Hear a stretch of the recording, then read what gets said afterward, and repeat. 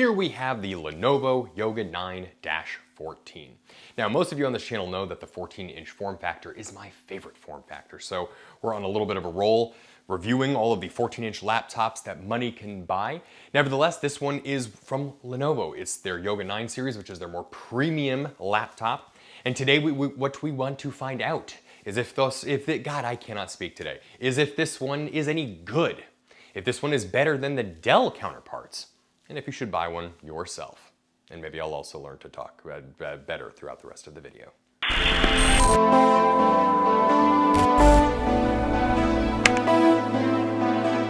Let's get some specs out of the way really fast. This one comes with 16 gigabytes of RAM.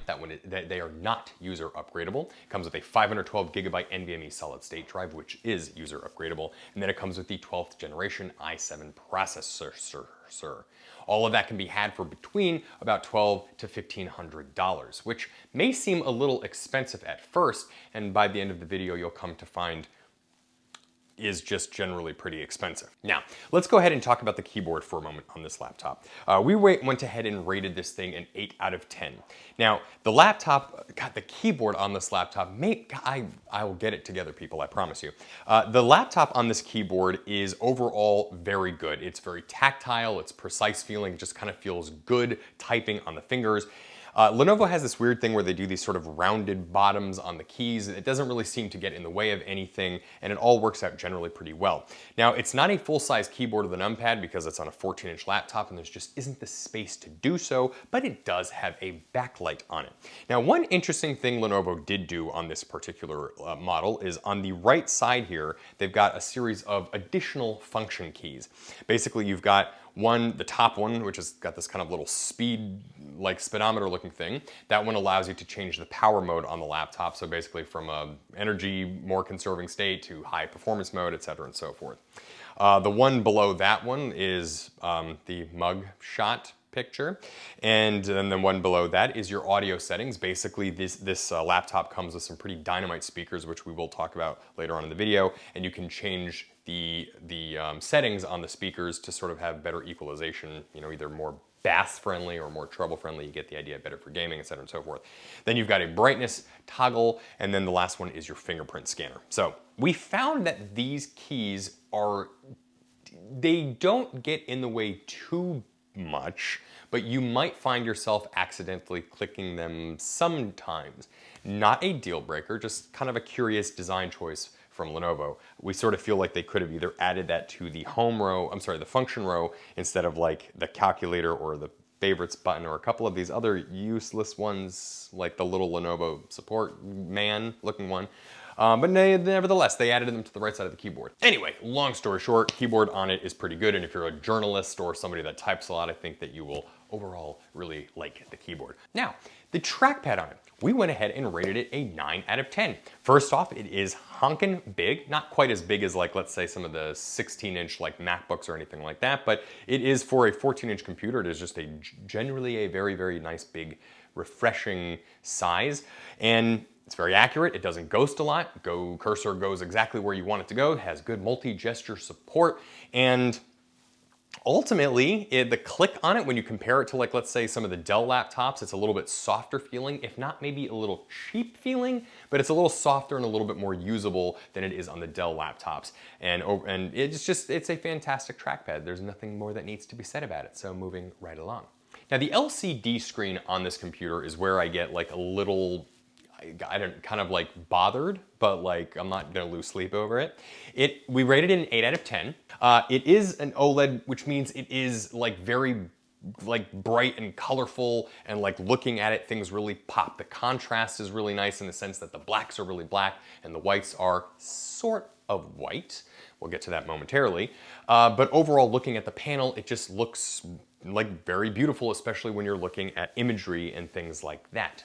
But because it is an OLED display, and it is probably a Samsung panel because it is pen tile, when you have something white on it, such as you have black text on a white background, or you have white in an image, like a picture or something like that, you will notice a little bit of like a sort of red, sort of like stroke on the text and or image. And that's, again, that's due to something called the pen tile effect, which is how Samsung manufactures their OLED panels. We did a video on what that kind of means a little bit more in depth, but suffice to say, it really sort of hinders the beauty of the image on the panel. It is very bright, and it gets somewhere in like the 450 nits of brightness. And it is also an HDR panel, which we really like. That's kind of nice that they were adding high resolution. It does have a 2880 by 1800 resolution. So overall, it's just a good, sharp, crisp panel, but we just kind of wish that they maybe used a different manufacturer or didn't use OLED. And that's kind of the thing with this laptop. They added in, for the price bracket, they added in a more premium screen. In fact, and again, we will get to this a little bit more later when we compare it to the Dell Inspiron, but suffice to say, what you're paying for in this laptop is basically the LCD screen, and we don't really think that it was actually worth the money. I mean, really, when you compare this thing to the Inspiron 2-in-1, for example, has the same graphics card, Intel XE, Iris Xe, and all of that, you know, is decent. I mean, it performs very well, but you're kind of getting a little bit ripped off on the display slightly. Either that, or we don't think most people will take advantage of what it is. But if you are a college student or an office worker sitting under a bright light or the sun outside at a cafe, that kind of thing, you get the idea. You will have a very good experience with this panel in the sense that it's even though it's glossy, you'll be able to see things on it because it gets bright enough. While we're on this subject of the benchmark or the performance, if you will, let's go ahead and just move over to that here. So 23% gaming, 90% desktop, workstation, 22%. What that roughly translates to is that this thing is a productivity masterpiece. Effectively, if you've got a ton of Firefox, Chrome tabs, email open, if you're doing things like Excel spreadsheets and Access and any kind of office-related tasks, maybe even some sound production, this thing is really, really going to shine. It's going to be a great, great computer for that. What is it not, though? It's not a gaming laptop. Could you do some gaming? Yeah, you could probably pop out some Minecraft or a little bit of Fortnite or a little bit of the non-AAA titles at lower settings. That shouldn't be a problem. With that higher resolution screen, it is going to have a bit of a tough time really driving home big graphic games. It's also going to be really, really good for on-site photo editors, but we don't really think that this is a computer for video editors. It just doesn't quite have that oomph or that graphics power for it. So yes, Photoshoppers, audio editors, and office workers are going to find themselves at home with this machine. Now back to the beautiful little geometric shapes. There we go. Let's talk about the speakers next on the Yoga 9. For the first time ever, I believe, it is a 10 out of 10.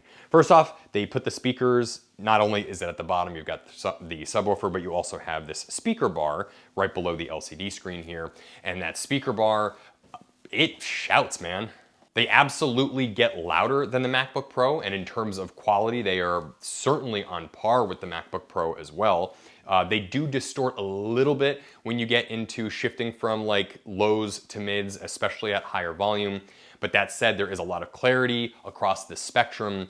Audiophiles, people watching movies, whatever it is, you are going to, I think, have a great audio experience with this machine. The soundbar also has the speaker grill is on both sides, so you can hear it whether it's in tablet mode or whether it's in regular laptop mode. You can also hear it if you're sitting behind the laptop, which is kind of an interesting design choice. Ultimately, these are some of the best speakers we have ever experimented with on a laptop. And it's ironic because they advertise that it's sound by Bowers and Wilkins. Yeah, but usually when laptop manufacturers do that, they usually put like the crappiest speakers possible, but not in the Lenovo Yoga 9. You are getting some like top grade speakers. I mean, we think for the price point, that was really a necessity, and they did a very, very good job there. Now let's talk input and output on the Lenovo Yoga 9. On this side, you have a TRRRS microphone headphone jack. You have a USB-C port. Actually, this laptop has the latest generation 3.2 USB-C ports. First off, it's got it on this side. That's a little power button right there. On this side, you've got two Thunderbolt 4 compatible, latest generation USB ports on here. And then you've got, curiously, a USB-A port. It is 3.2, but it's just the traditional USB plug. I love that they added one of those on there for people that still want to use a conventional mouse. But that's it. There is no camera card reader or anything like that. If you are somebody that is using or needs a camera card access or something like that, I suppose you could probably use like a little dongle or something to plug into. But those ports on the side, all of them, all the USB-C ports, you can charge the laptop on, because you'll notice that a power port on it is missing, and this laptop doesn't run on solar energy. So as a result, the I/O rating gets like probably about like an 8 to a 9 out of 10. Not really a whole lot they could have done better. I mean, they're not going to add Ethernet on there. I think really the only thing missing, truthfully, would have been maybe like an SD card reader. But ultimately, the I/O on it is pretty solid. Features on this laptop. Well, it is a 2-in-1, so it does fold, like into a notebook like this, and then you can use it as a tablet if you are a student. It also has some active pen support as well. It does have HDR in it. It's got a little built-in webcam here at the top with a privacy shutter in case you're the kind of person that likes walking around naked in front of their camera. It does have a Windows Hello compatible fingerprint reader, and also has a Windows Hello compatible facial camera. So if you wanted to use your face to get into Windows instead of using a PIN code, you can do that. By the way, here is what the footage of the webcam looks like now. This is a test of the Lenovo Yoga 9 webcam. It's a little chunky and kind of a little weird with the exposure, but overall it does a good job.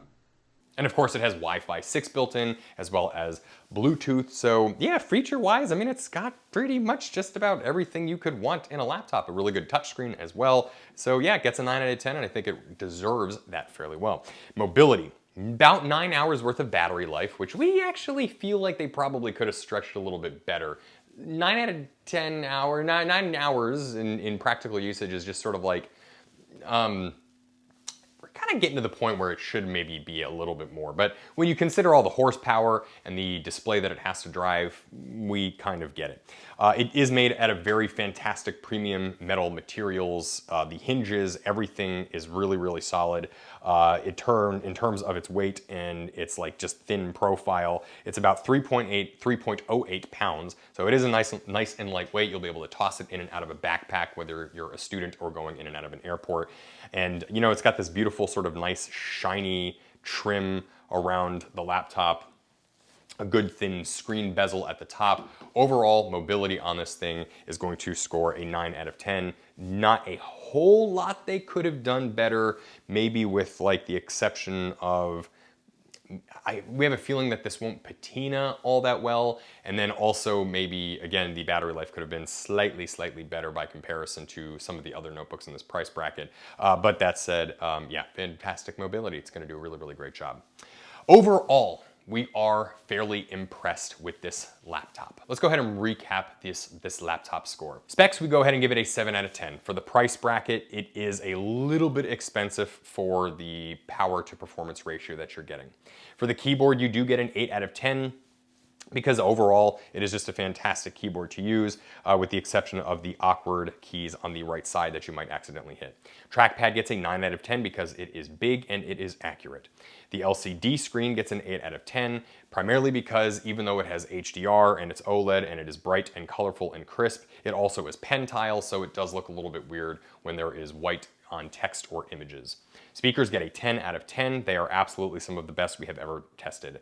Input and output on this computer gets a 9 out of 10. It has pretty much every port and modern wireless technology you could ask for.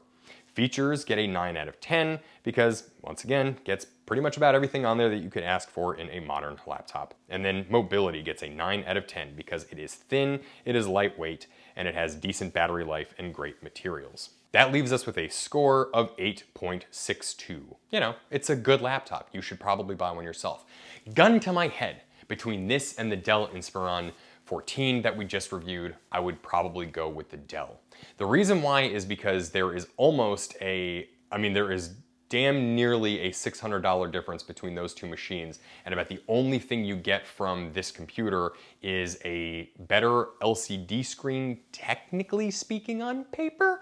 But ultimately, like, frankly, I really actually enjoyed looking at the LCD panel on the Dell and didn't miss the fact that it wasn't an OLED. In fact, I actually kind of think that the OLED or not having an OLED on the Dell made it kind of look a little bit better. I suppose the other things that this has is like a Windows Hello compatible camera, and maybe some slightly better speakers and stuff too. But yeah, ultimately, I think you're better off spending your money on the Dell Inspiron 14 2-in-1. But if you're a Lenovo loyalist and you want just sort of the ultimate expression of a laptop and you want the most premium thing that you can buy, the Lenovo Yoga 9 is pretty damn great. Anyway, thank you so much for watching. Please like and subscribe. Please tell your friends and family about this channel. If you want to buy one of these Lenovo Yoga 9s, please do so from our affiliate link at the bottom. It helps this channel out greatly. We don't have a Patreon or anything like that, so this is really the only way that we can, you know, keep this channel going. Anyway, thanks again, everybody, and we will be back with another video real soon.